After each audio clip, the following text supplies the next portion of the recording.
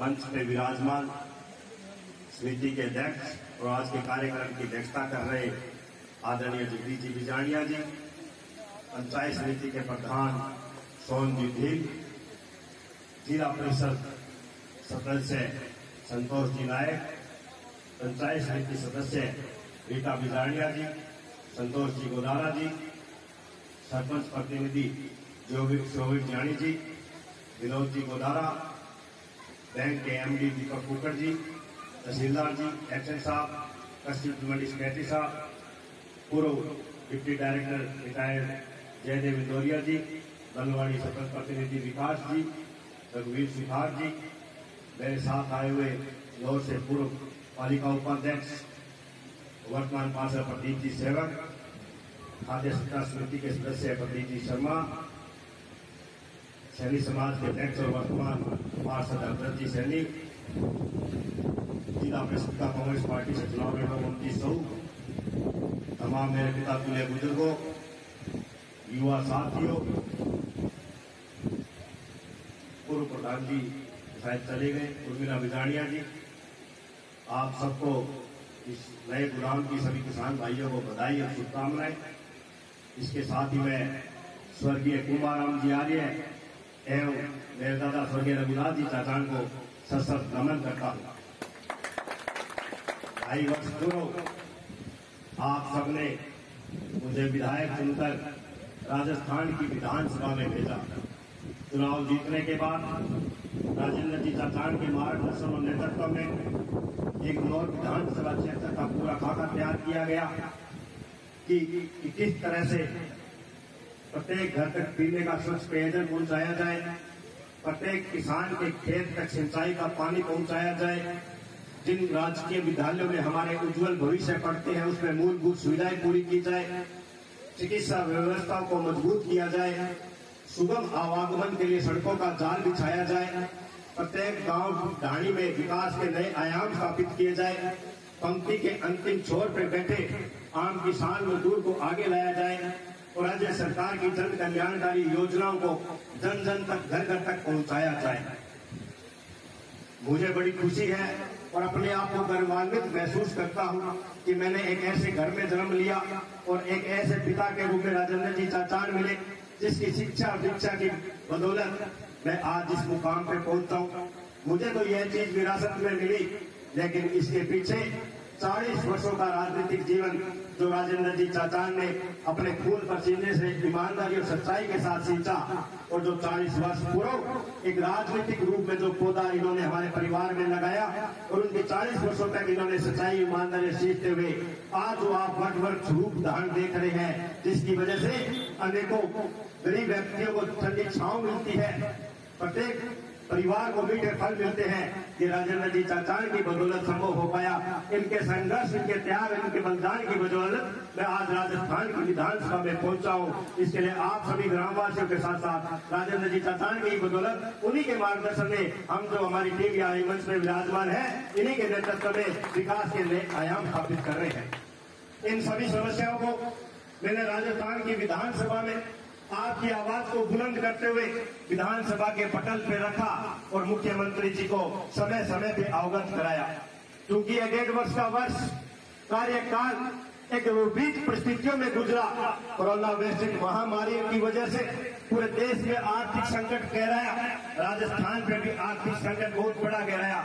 लेकिन मैं आपके माध्यम से धन्यवाद देता हूं हमारे लोकप्रिय मुख्यमंत्री अशोक जी गहलोत को कि उन्होंने इस विपरीत परिस्थितियों में भी राजस्थान की जनता को कोरोना वैश्विक महामारी से बाहर निकाला। इसके साथ साथ विकास के पहिए को भी निरंतर जारी रखा। ये धीमा जरूर हुआ था, लेकिन मुख्यमंत्री जी ने इसे रुकने नहीं दिया।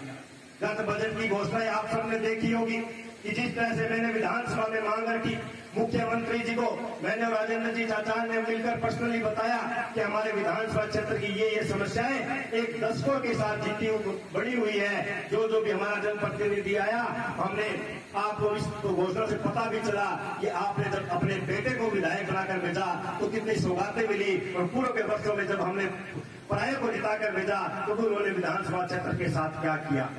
जो लोग कहते थे कि फेफाना गांव को तहसील नहीं बन सकती, ये बॉर्डर का गांव है, पूरे हनुमानगढ़ जिले का बड़ा गांव था। फेफाना के लोग चाहते थे कि फेफाना का भी मान और सम्मान होना चाहिए, ये उप तहसील के रूप में बनना चाहिए। मुख्यमंत्री जी को जब हमने बताया तो उन्होंने इस बजट में घोषणा की फेफाना को उप तहसील बनाने का, और उसकी स्वीकृति भी आई। जल्द ही हम इसमें उप तहसील बनाने से संचालित होगा।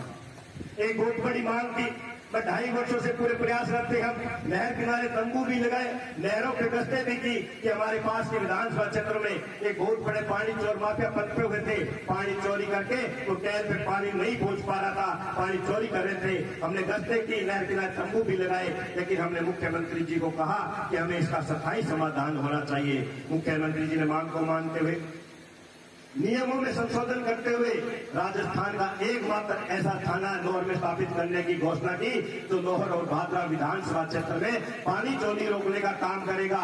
सीआई रैंक का थाना जिसमें 60 व्यक्तियों का जाब्ता होगा और पानी चोरी रोककर अंकुश लगाकर किसान के अंतिम छोर पर बैठे टैल तक पानी पहुंचाने का काम वो करेगा।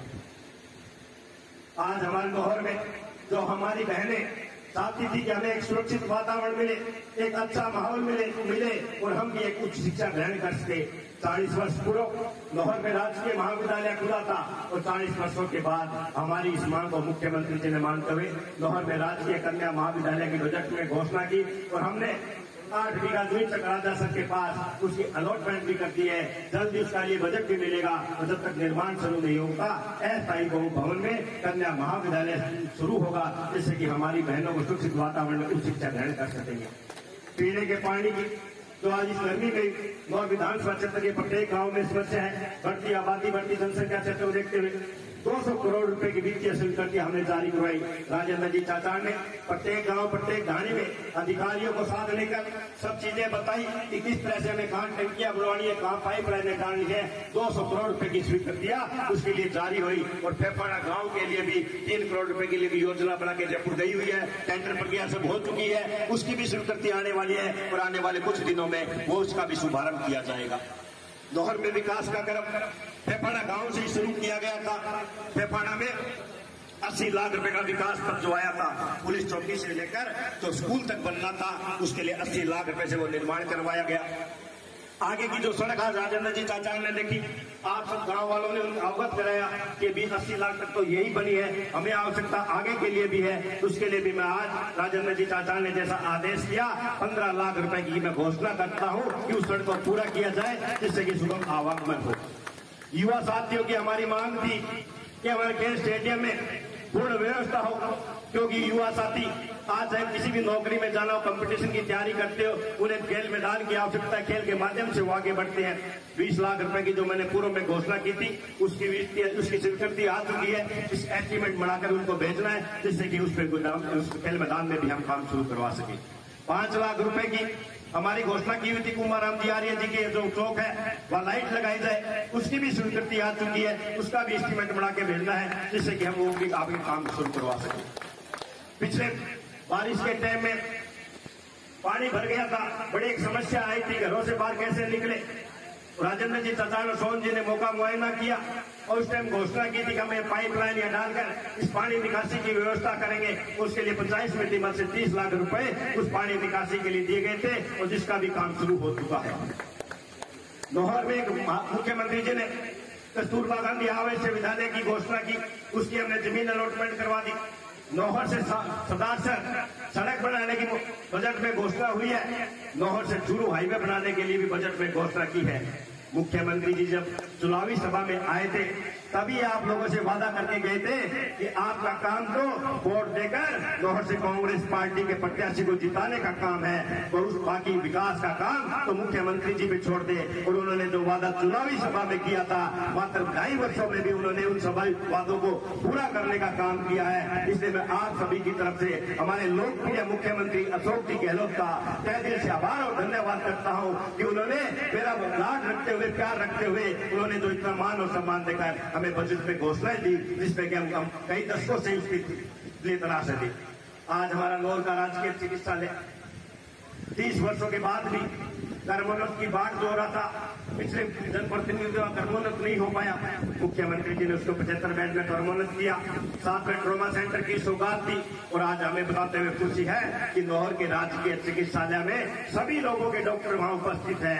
चाहे वो हड्डी रोगों की बात करें, आज एक्सीडेंट बहुत होते हैं, अगर हड्डी रोग का कोई भी व्यक्ति जाता है उसका इलाज वहां निःशुल्क हो पाता है।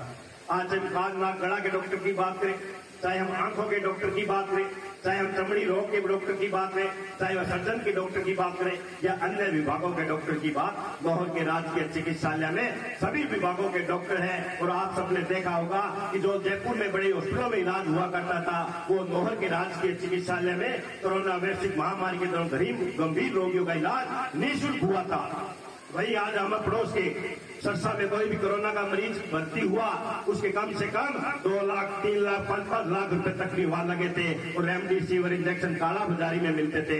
लेकिन मुख्यमंत्री जी ने निर्देश दिया कि नौहर के राजकीय चिकित्सालय में ये रेमडेसिविर इंजेक्शन निःशुल्क लगने चाहिए और जितनी आवश्यकता वहां उपलब्ध होने चाहिए। नौहर में गंभीर रोगियों को रेमडेसिविर इंजेक्शन लगे और 400 से ज्यादा रेमडेसिविर इंजेक्शन आए। और इसके अलावा भी जितनी भी महंगी दवाइयां थी कोरोना मरीजों को निःशुल्क लगी, फ्री लगी। और वहां से सैकड़ों रोगी अपनी जान बचाकर घरों की तरफ लौटे, क्योंकि वहां सिटी स्कोर जो 24 था 22 था, जिसके ऑक्सीजन लेवल 50 तक आ गया था, उन रोगियों का भी डॉक्टरों ने इलाज किया। मैं धन्यवाद देता हूं चिकित्सकों को, धन्यवाद देता हूं दानदाताओं भामाशाहों को कि जिनकी बदौलत नौहर के राजकीय चिकित्सालय में इतना इलाज हुआ। ऑक्सीजन की कमी हम सबको पता था कि पूरे देश में कमी थी। इस कमी को देखते हुए मैंने विधायक कोष से 50 लाख रुपए ऑक्सीजन प्लांट लगाने की घोषणा की और ये प्लांट नौहर में स्थापित भी हो चुका है। आने वाले कुछ ही दिनों में हम उसका उद्घाटन करेंगे। एक बड़ी कमी हमें उस दौरान में लगी कि हम गंभीर रोगियों को बाहर रेफर नहीं कर पा रहे थे, क्योंकि हमारे पास अत्याधुनिक एम्बुलेंस नहीं थी जिसमें सभी उपकरण लगे हों, जिससे कि मरीजों को आसानी से हम बाहर भेज सके। उस कमी को देखते हुए राजेंद्र जी चाचा ने 2 एम्बुलेंसों के लिए कहा, एक नौहर और एक पल्लू के लिए 50 लाख रुपए में हमने 2 एम्बुलेंस वहां मंगवाई, जिसमें अत्याधुनिक उपकरण लगे हुए हैं। आज कोई गंभीर रोगी होता है उसको हमें चाहे जयपुर भी क्यों ना भेजना पड़े, उस एम्बुलेंस में वो सैकड़ों जयपुर तक पहुंच सकता है। अन्य उपकरण भी, चाहे वो कंस्ट्रक्टर हो, चाहे वो अन्य सामग्री हो, हमने विधायक कोटे के अलावा दानदाताओं भामाशाहों के लिए भी एकत्रित किए। उसके लिए मैं सभी का धन्यवाद देता हूं। और फेफाड़ा गांव के भी सभी दानदाताओं भामाशाहों का भी आभार कि आपने भी फेफाड़ा CSC के लिए 6-7 लाख रुपए इकट्ठे करके इस हॉस्पिटल के तो कोरोना वैश्विक महामारी के दौरान दिए। इसके लिए भी आप सभी का आभार, धन्यवाद। मैं तो आज इस मंच से आपको यही विश्वास दिलाता हूं कि जिस उम्मीद और विश्वास के साथ आप लोगों ने मुझे राजस्थान की विधानसभा में भेजा, उसी उम्मीद और विश्वास पे आप पे खरा उतरते हुए जिस तरह से 2.5 वर्षों में राजेंद्र जी चाचा के नेतृत्व में ईमानदारी और सच्चाई के साथ कार्य हुआ है, आने वाले उसी 2.5 वर्षों में ईमानदारी और सच्चाई के साथ कार्य करेंगे। विधायक बनने के बाद मैं एक 2.5 लाख मतदाताओं का विधायक हूँ और राजेंद्र जी चाचा की जिस तरह से हमेशा सोच रही, गरीब को गणेश और किसान को भगवान मानते हुए 2.5 लाख मतदाताओं में, चाहे वो वोट दिए या नहीं दिए, सार्वजनिक जनहित का जो भी कार्य हुआ और राजेंद्र जी चाचा ने निष्पक्षता के साथ करने का काम किया है। हम राजनीतिक पार्टी से ऊपर उठते हुए, दलगत राजनीति से ऊपर उठते हुए, जातिवाद से ऊपर उठते हुए हमारा एक ही ध्येय है कि पंक्ति के अंतिम छोर तक बैठे व्यक्ति को हमें न्याय दिलाना है और नौहर विधानसभा क्षेत्र के प्रत्येक गांव, प्रत्येक ढाणी, प्रत्येक कस्बे में विकास के आयाम अंगन नींव स्थापित करने हैं, जिससे कि आने वाले समय में किसी भी तरह की समस्या हमारे विधानसभा क्षेत्र में नहीं रही। मैंने एमपी साहब से अभी कहा, जगदीश जी ने भी मुझे बताया कि किसानों के लिए तो राज्य सरकार की एक स्कीम है, कस्टम हायर वो भी स्थापित किया जाए। इसका प्रस्ताव भेजा हुआ है। एमडी साहब कह रहे हैं कि जयपुर में आने वाले हफ्ते 10 दिन में उसकी भी स्वीकृति मिल जाएगी, जिसकी तहत 12 लाख रुपए के कृषि उपकरण इस नीति में लाए जाएंगे और किसानों को नाम मात्र में किराए में वो उपलब्ध कराए जाएंगे। आज नौहर विधानसभा क्षेत्र में हमारे उदयलाल आंजना सहकारिता मंत्री और मुख्यमंत्री जी की बदौलत हमें कई गोदामों की सौगातें मिली है, वो उसके लिए भी मैं उनको धन्यवाद देना चाहता हूँ। हमारा प्रयास यही है कि हम अगर किसान को भगवान मानते हैं तो किसान की जो भी समस्याएं हैं हमें उसके लिए दूर करनी है, चाहे वो कृषि यंत्र हो, चाहे वो किसानों के लिए खेत में पीने के पानी की बात हो, सिंचाई के पानी की बात हो या बिजली की बात हो, सभी कार्य हम आने वाले 2.5 वर्षों में निष्पक्षता और सच्चाई और ईमानदारी के साथ दूर करेंगे।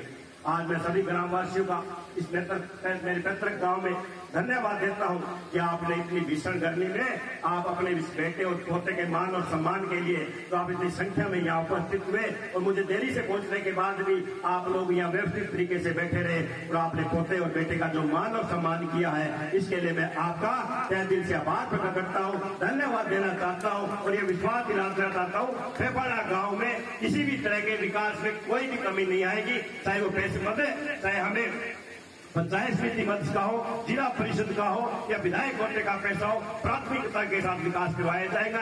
एक DMFT का भी होता है खनिज विभाग का, जिसमें हमने 1 करोड़ रुपए की स्वीकृतियां करवाई है। हाल ही के राजकीय चिकित्सालय में 40 लाख रुपए हमने स्वीकृत कराए। इसमें 13 लाख रुपए की CRM मशीन आएगी, तो हड्डियों के डॉक्टर ऑपरेशन करते हैं उसमें उनको सुविधा मिलेगी।